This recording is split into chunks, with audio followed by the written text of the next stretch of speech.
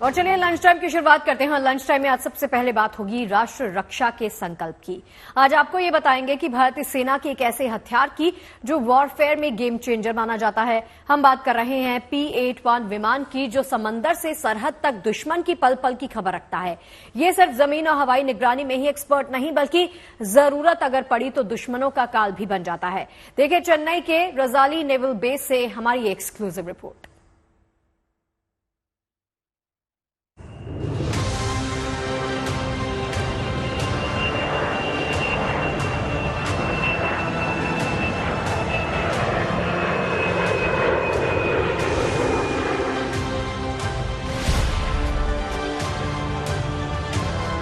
P-81 विमान को दुश्मनों का काल कहा जाता है।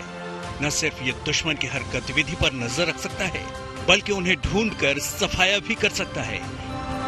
ये जल, थल और नभ हर जगह दुश्मनों पर नजर रखने के अलावा जरूरत पड़ने पर उन पर वार भी कर सकता है और नेस्तनाबूद भी।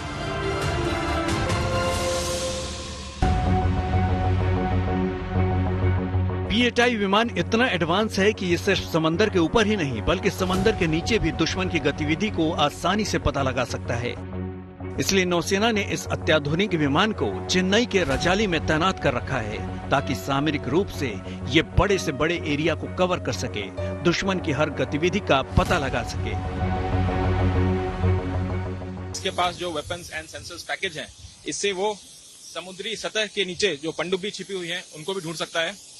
सबसे अच्छी बात यह है कि ये आरकोनम INS रजाली जहां पे बेस्ड है, वहां से निकलते ही इसके पूरब में बंगाल की खाड़ी है, दक्षिण में हिंद महासागर है, और अगर पश्चिम में जाएं तो वहां पे अरेबियन सी है।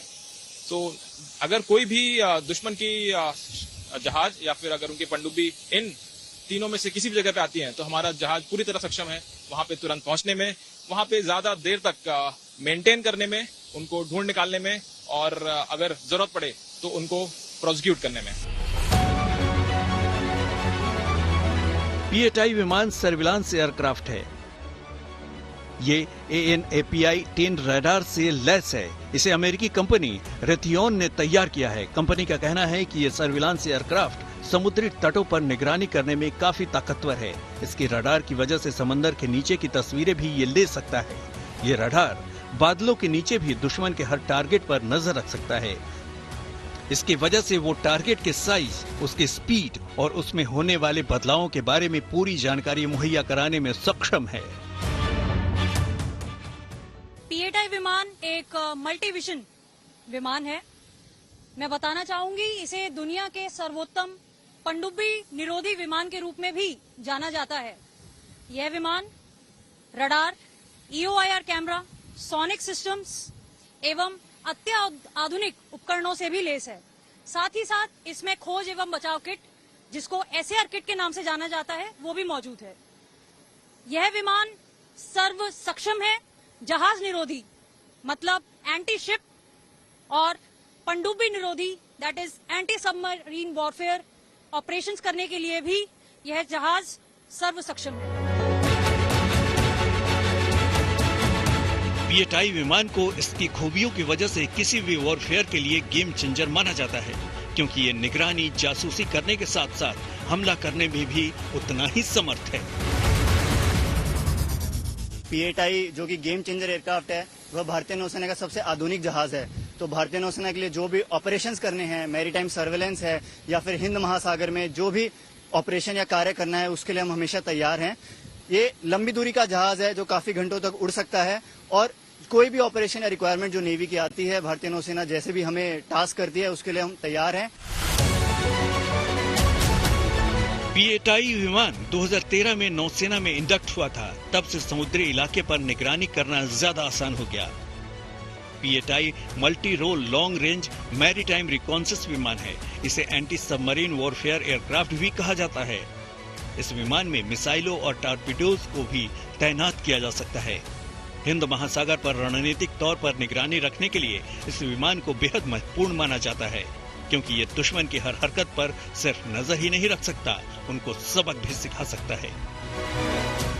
Challenges of the maritime domain को थ्वाट करने के लिए और उसको मीट करने के लिए P-81 जहाज पूर्णतः सशक्त है, न सिर्फ सर्वेक्षण करने के लिए बल्कि उसकी जो मारक क्षमता है उससे आप यहाँ पर अटैक और न्यूट्रलाइज भी कर सकते हैं एनिमी शिप्स को और सबमरीन को। पीएटाई विमान को बोइंग कंपनी ने बनाया है।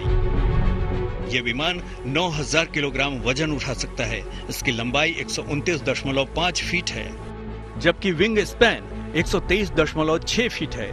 जहां तक इसकी ऊंचाई की बात है तो वो 42.1 फीट है। अगर विमान खाली है तो इसका वजन 62,730 किलो होता है, जबकि इसका अधिकतम वजन 85,820 किलो हो सकता है। इसमें कुल मिलाकर 9 लोग सवार हो सकते हैं। इसमें 2 उड़ान क्रू होता है, बाकी लोग मिशन के लिए काम करते हैं।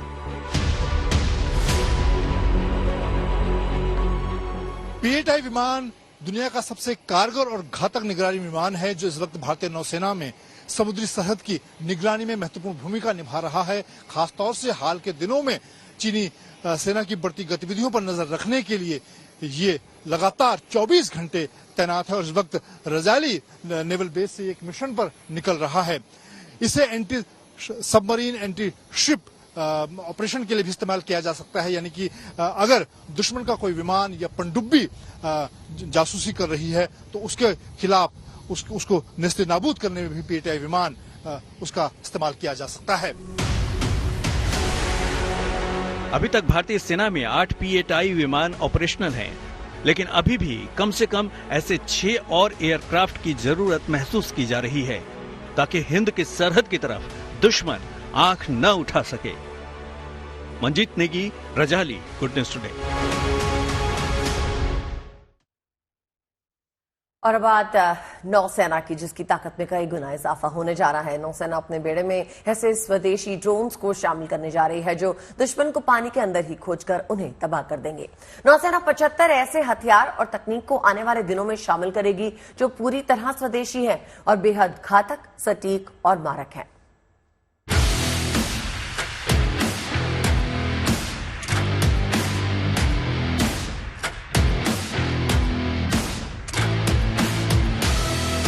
समंदर के अंदर दुश्मन की खुदेगी कब्र, पानी के अंदर ढूंढ ढूंढ कर दुश्मन का होगा खात्मा। रक्षा क्षेत्र में तेजी से आत्मनिर्भरता की ओर बढ़ते कदम अब एक और अहम मुकाम हासिल करने वाले हैं। भारतीय नौसेना जल्द ही मेड इन इंडिया हथियारों और तकनीकों से लैस होने वाली है, जो दुश्मनों के लिए काल साबित होंगे। भारतीय नौसेना आने वाले दिनों में अंडर वाटर स्वार्म ड्रोन का इस्तेमाल करेगी, जो समुद्र के अंदर ही दुश्मनों को खोजकर उनकी समाधि बना देगा। समंदर में कई हजार किलोमीटर तक ये ड्रोन निगरानी और पेट्रोलिंग करते हैं। जरूरत पड़ने पर दुश्मन पर हमला कर निस्तो नाबूद भी कर सकते हैं। इसके अलावा blue green lasers, multiple fire fighting system, autonomous weaponiser boat swarm जैसे छोटे ड्रोन से भी भारतीय नेवी लैस होगी। नौसेना 75 ऐसी नई तकनीक को शामिल करने वाली है जो पूरी तरह स्वदेशी है, मारक, सटीक और घातक है। इन हथियारों और तकनीक को भारत में ही कंपनियों ने बनाया है। हमारा जो है आत्मनिर्भरता बढ़े। हमने पूरा प्रयत्न किया पिछले 1 साल में, करीब 75 टेक्नोलॉजीज का हमने चुनौती उठाई थी। उस वक्त सारी 75 टेक्नोलॉजीज इस वक्त डेवलप हो रही हैं। हमें पूरा कॉन्फिडेंस है, हमें पूरा जो है इसका हौसला है कि हर एक इसमें से एडवांस प्रोडक्ट में डेवलप हो जाएंगे। इनको जो आने वाले 6 और 12 महीने में हम नौसेना में इंडक्ट कर सकेंगे। नौसेना आत्मनिर्भर भारत के तहत 2030 तक पूरी तरह स्वदेशी होना चाहती है, इसलिए उसने 75 नई तकनीक का चुनाव किया। उसके बाद निजी कंपनियों को बनाने की जिम्मेदारी दी। ये सभी कंपनियां एमएसएमई का हिस्सा है और पूरी लगन और मेहनत से वर्ल्ड क्लास टेक्नोलॉजी बनाई है। जो चल रहा है इसका जो क्रिटिकल मास हम क्रॉस कर चुके हैं। पिछले 1 साल का जो इंटेंस एफर्ट है इसमें मैं बधाई देना चाहूंगा सिर्फ नाइसी नौसेना को, खासतौर की वो सारी हमारी जो एमएसएमई है जिन्होंने इतना प्रयत्न किया, जिन्होंने इतना जो है इनोवेशन दिखाया है। और हमने जो इन पे बहुत सारे चैलेंजेस, बहुत सारे हमने इनको कंडीशंस हमने रेज की थी अपनी तरफ से, जो कि कोई किसी में अगर थोड़ा कम साहस हो या कोई थोड़ा निर्मल दिल का हो शायद। इस मिशन का एक प्रोग्राम चल रहा है, स्वावलंबन 2023। इसका दूसरा सेमिनार 4 से 5 अक्टूबर को नौसेना भारत मंडपम में करेगी। नौसेना ने AON यानी एक्सेप्टेंस ऑफ नेसेसिटी दे दिया है, जिसे रक्षा मंत्रालय ने अप्रूव भी कर दिया है। इन हथियारों के आने से नौसेना की ताकत कई गुना बढ़ जाएगी। Bureau report, good news today.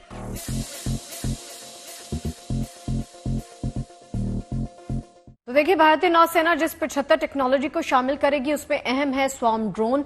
Bharat 3 तरफ से समंदर से घिरा हुआ है, इसीलिए उसे अपनी समुद्री सरहद की निगरानी के लिए स्वॉर्म ड्रोन की जरूरत पड़ती है। वो समझिए कैसे।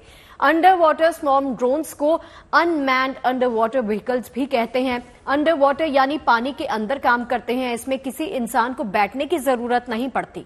यार, इन हथियारों को 2 कैटेगरीज में बांटा गया है। पहली रिमोट से चलने वाली अंडर वाटर व्हीकल और दूसरी ऑटोमेटिकली अंडर वाटर व्हीकल, यानी खुद से ये फैसला लेते हैं। फिलहाल remotely operated under water vehicle का इस्तेमाल ज्यादा किया जाता है। देखिए, इसे एक ऑपरेटर कंट्रोल करता है। ये हथियार समुद्र में निगरानी और पेट्रोलिंग के काम आते हैं। जरूरत पड़ने पर इनसे हमला भी किया जा सकता है। अंडर वाटर स्वॉर्म ड्रोन्स का वजन कुछ किलो से लेकर कुछ 1000 किलोग्राम तक हो सकता है और इनसे हजारों किलोमीटर का सफर तय कर सकते हैं। समुद्र में कई हजार मीटर की गहराई तक जा सकते हैं। इसीलिए इसकी जरूरत इसीलिए और भी ज्यादा हो जाती है, क्योंकि चीनी सेना हिंद महासागर में निगरानी के लिए लंबे वक्त से अंडर वाटर ड्रोन्स का इस्तेमाल करती आई है। चीन इसके जरिए हिंद महासागर में भारतीय जहाजों की जासूसी भी कर सकता है। इसीलिए भारतीय नौसेना भी अंडर वाटर स्वॉर्म ड्रोन्स का बड़ा बेड़ा तैनात करने जा रही है और इसलिए चीन को मुंह तोड़ जवाब दिया जा सकेगा। आइए हम आपको बताते हैं ये स्वॉर्म ड्रोन्स कैसे समंदर में सेना की आंख का काम करेगा। उफनती झील और तेज हवा, ये तस्वीरें जहन में सवाल जरूर उठा रही होंगी कि आखिर यहाँ हो क्या रहा है। दरअसल यहाँ राहत बचाव का काम हो रहा है। कश्मीर में गांदेरबल की ये मनसबल झील है, जहाँ बीचों बीच करीब 6 लोग फंस गए। बताया जा रहा है कि बोट राइड करने और प्रकृति का करीब से एहसास लेने के लिए ये 6 लोग झील में उतरे थे। इन लोगों का ये सैर सपाटा जारी ही था कि अचानक काफी तेज हवा चलने लगी, जिस वजह से इनकी नाव झील में ही फंसी रह गई। एक तरफ इन फंसे लोगों की सांसें अटकी थी कि न जाने पल भर में क्या हो जाए, मगर दूसरी तरफ खबर पाते ही स्टेट डिजास्टर रिस्पांस फोर्स यानी SDRF ने सक्रियता दिखाते हुए नाव में फंसे इन 6 लोगों को सकुशल बचा लिया, जिसके बाद झील में फंसे लोगों ने बाहर निकलकर राहत की सांस ली। Bureau report, good news today. और गुरुवार को देश भर में अनंत चतुर्दशी का त्यौहार मनाया गया। गणपति विसर्जन के साथ श्रद्धालुओं ने अगले बरस उनसे जल्दी आने की कामना की है। इस खास मौके पर इंदौर में झांकियां निकाली गई। इंदौर में अनंत चतुर्दशी पर झांकियां निकालने का इतिहास बहुत पुराना है। इन झांकियों में बैलगाड़ी और लालटेन से लेकर चंद्रयान तक का नजारा आपको देखने को मिलेगा। स्वच्छ भारत का संदेश भी इन झांकियों में देखा गया। इंदौर के कलेक्टर डॉक्टर इलैयाराजा टी ने पूजन के साथ ही इस कार्यक्रम की शुरुआत भी कर दी। अनंत चतुर्दशी पर एक तरफ बापा की विदाई होती है तो दूसरी तरफ इंदौर में 100 साल परंपरा भी निभाई जाती है। आकर्षक झांकियों से कल पूरा इंदौर शहर पट गया। इन्हें देखने के लिए लोगों का हुजूम भी उमड़ा। झांकियों का 2 किलोमीटर का लंबा कारवां जब लगा तो जैसे पुराना इंदौर शहर जगमगा उठा। छत्रपति शिवाजी, महाराणा प्रताप के शौर्य से लेकर पर्यावरण बचाने का संदेश भी ये झांकियां लेकर आई थी। उड़ते हनुमान जी भी थे, सूरज अपनी सवारी के साथ मौजूद थे। झांकियों का स्वागत राजनीतिक रूप से भी किया जा रहा था। 1923 में झांकियों की शुरुआत सर हुकुमचंद सेठ ने की थी। तब से अब तक ये सिलसिला यूं ही बदस्तूर जारी है। Bureau report, good news today.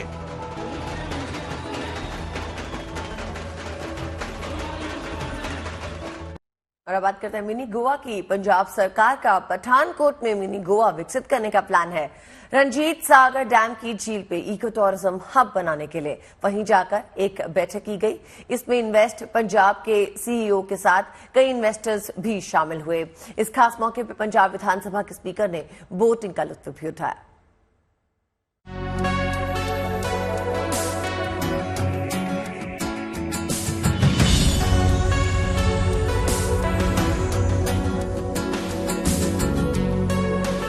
प्राकृतिक सौंदर्य के बीच नौका विहार का आनंद।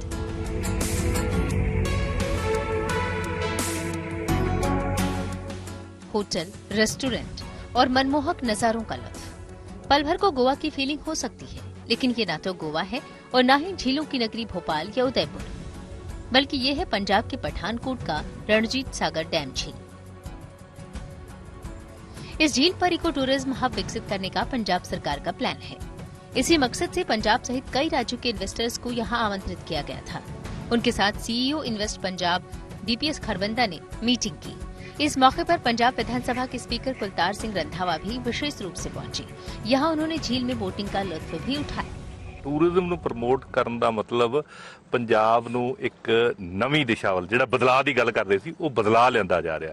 ਮਾਨਯੋਗ ਮੁੱਖ ਮੰਤਰੀ ਭਗਵੰਤ ਮਾਨ ਜੀ ਹੋਰਾਂ ਨੇ ਬਹੁਤ ਸਾਰੀਆਂ ਐਸੇ ਇਨੀਸ਼ੀਏਟਿਵ ਲਏ ਆ ਜਿਹਦੇ ਨਾਲ ਪੰਜਾਬ ਦੇ ਨੌਜਵਾਨਾਂ ਦੇ ਵਿੱਚ ਉਤਸ਼ਾਹ ਆ ਰਿਹਾ।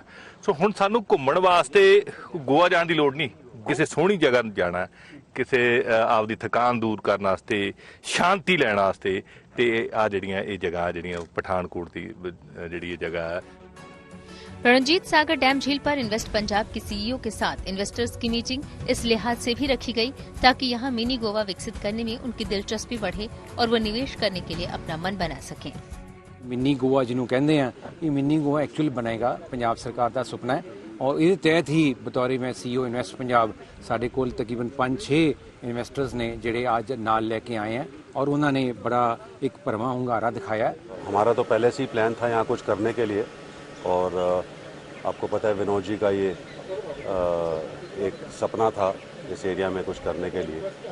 तो देखें अभी इनसे क्या सहायता मिलती है, और हम तो लगे हुए हैं। जाहिर है इन्वेस्टर्स का साथ मिलने से यहाँ इको टूरिज्म हब विकसित करने में पंजाब सरकार को मदद मिलेगी। इससे यहाँ पर्यटकों का आना तो बढ़ेगा ही, साथ ही रोजगार के अवसर भी पैदा होंगे। पठानकोट से पवन सिंह के साथ bureau report, good news today. Monsoon के बाद अब पहाड़ों की रंगत वापस लौट रही है। हिल स्टेशंस पर सैलानियों का जमघट शुरू हो गया है। ऐसा ही एक हिल स्टेशन है उत्तराखंड का कौसानी, जहां सैर के लिए बहुत से लोग आ रहे हैं और प्रकृति के सुरमय माहौल का मजा भी ले रहे हैं।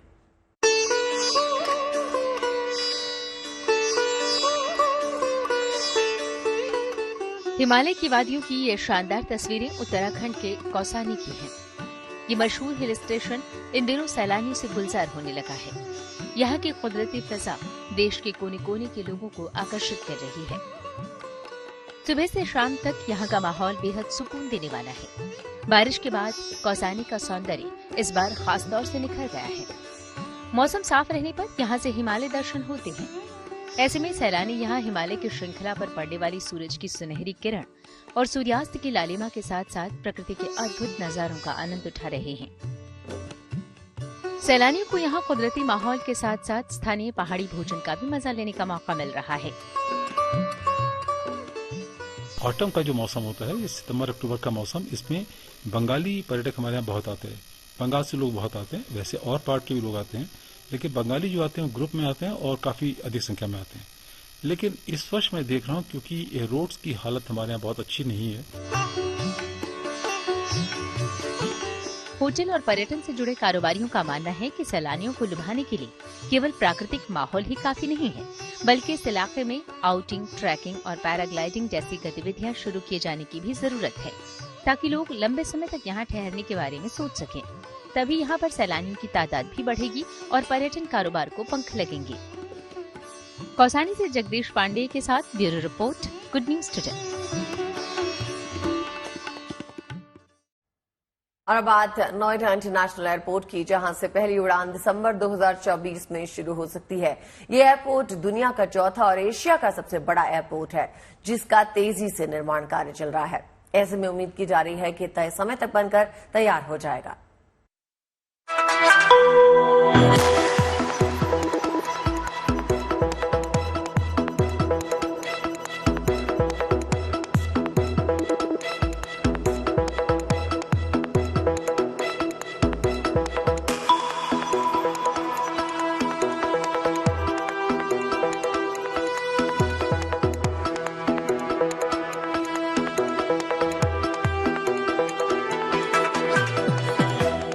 तस्वीर है उम्मीदों के आसमान से हकीकत के धरातल पर एक सपने की लैंडिंग की।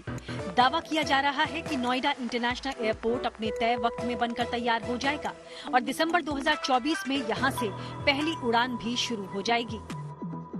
तो हमारा पूरा प्लान है, हमारी कंसेशन एग्रीमेंट के हिसाब से आपको ये पता है हमारी माइलस्टोन्स हैं जो हमें कंप्लीट करनी है, तो हम एब्सोल्युटली ऑन टारगेट हैं और हमारी कंसेशन एग्रीमेंट के मुताबिक हमें ये by the end of next year पूरा ये जो फर्स्ट फेज है डिलीवर करना है, तो हम उसी कोशिश में लगे हुए हैं। जाहिर है एशिया के सबसे बड़े इस एयरपोर्ट को बनाने का काम तेजी से जारी है। इस एयरपोर्ट को बनाने का जिम्मा स्विस कंपनी ज्यूरिक इंटरनेशनल को मिला है। कंपनी के मुताबिक नोएडा इंटरनेशनल एयरपोर्ट की साइट पर अब तक 14 मिलियन घंटे काम हो चुका है। 7,000 से ज्यादा कर्मचारी इस एयरपोर्ट के निर्माण में लगे हुए हैं। 450 से ज्यादा मशीनें एयरपोर्ट साइट पर काम में लगी हैं। अब तक 50,000 मीट्रिक टन से भी ज्यादा कंक्रीट का इस्तेमाल हो चुका है, जबकि 25,000 मीट्रिक टन से ज्यादा स्टील निर्माण में इस्तेमाल किया गया है। ग्लोबल एयरलाइन बॉडी IATA ने इस एयरपोर्ट के लिए 3 अक्षर वाला एक कोड भी जारी कर दिया है। अब जेवर एयरपोर्ट को DXN कोड के नाम से जाना जाएगा। इसका एक्चुअली कोई फुल फॉर्म नहीं होता है, इसका full form Noida international airport ही है। किन चीजों में ये काम आता है? इसकी मोस्ट इम्पोर्टेंट है, जब आप अब देखना आपको पता लग गया 3 लेटर कोड के बारे में, अब आप अपना कोई भी टिकट देखना, आपके टिकट पे 3 लेटर का कोड होता है और वो 3 लेटर जो भी एयरपोर्ट होगा उसके 3 लेटर होते हैं। वो 3 लेटर जो होते हैं ये IATA ही इशू करती है। इस एयरपोर्ट पर वाराणसी की तर्ज पर घाटों को भी बनाया जा रहा है, जिसका दीदार सिर्फ यात्री ही नहीं बल्कि उन्हें छोड़ने और लाने वाले लोग भी कर पाएंगे। जो तस्वीर 8-10 महीने पहले थी वो तस्वीर बदल चुकी है। बहुत सारा काम वहां पर हो चुका है और सबसे बड़ी बात फिलहाल यही कि जो भी डेट रखी गई थी वहां से पहली उड़ान की दिसंबर 2024 को, उसमें कोई बदलाव नहीं हुआ है। मतलब काम सही टाइम पर सही तरीके से नोएडा इंटरनेशनल एयरपोर्ट का चल रहा है। इस एयरपोर्ट के शुरू होने से न केवल दिल्ली एयरपोर्ट का बोझ कम होगा बल्कि इसकी पहली उड़ान पश्चिमी उत्तर प्रदेश के विकास की भी उड़ान होगी। ग्रेटर नोएडा से मनीष चौरसिया के साथ bureau report, good news today. देखिए, एक बदलाव के साथ विश्व कप के लिए टीम इंडिया का ऐलान कर दिया गया है। 5 अक्टूबर से शुरू होने वाले वर्ल्ड कप में भारत का पहला मुकाबला 8 अक्टूबर को ऑस्ट्रेलिया के साथ होने वाला है। वर्ल्ड कप के जो भी मुकाबले होंगे उनमें से 3 सबसे अहम मैच अहमदाबाद में खेले जाएंगे। शुरुआत और समापन दोनों ही नरेंद्र मोदी स्टेडियम में होगा। 4 अक्टूबर को ओपनिंग सेरेमनी यहीं पर होनी है।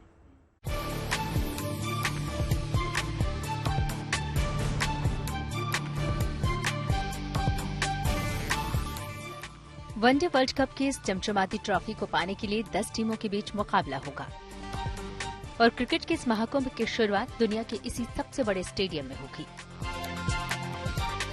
जिसकी तैयारियां करीब करीब पूरी कर ली गई हैं। अहमदाबाद के इसी नरेंद्र मोदी स्टेडियम में 5 अक्टूबर को इंग्लैंड और न्यूजीलैंड के बीच वर्ल्ड कप का पहला मुकाबला होगा और इसी स्टेडियम में 19 नवंबर को वर्ल्ड कप का फाइनल मैच भी खेला जाएगा। यही नहीं, 14 अक्टूबर को इसी स्टेडियम में भारत और पाकिस्तान के बीच महामुकाबला होगा।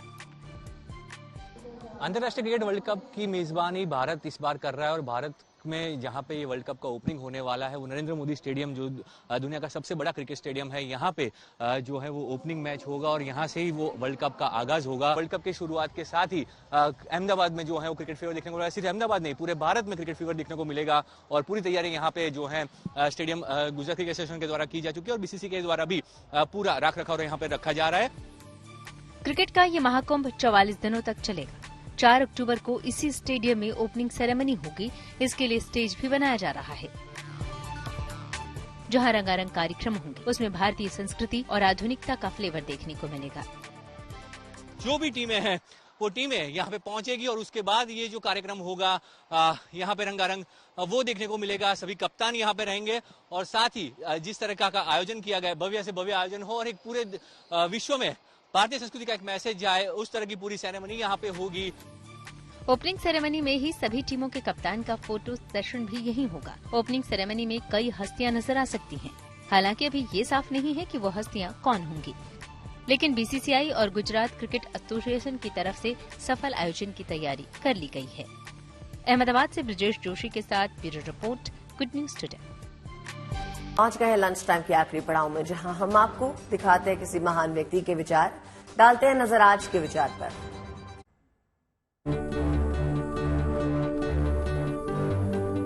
मार्टिन लूथर किंग जूनियर ने कहा, सच्ची शिक्षा 2 लक्ष्य हैं, एक बुद्धिमत्ता, दूसरा चरित्र। करते खबरों के इस लंच टाइम में आपको पेट भर जानकारी मिली होंगी। और चलिए इस बात के साथ छोड़ जाते हैं। लंच टाइम में मुलाकात होगी सोमवार को। अपना बहुत ख्याल रखिए, देखते रहिए नमस्कार।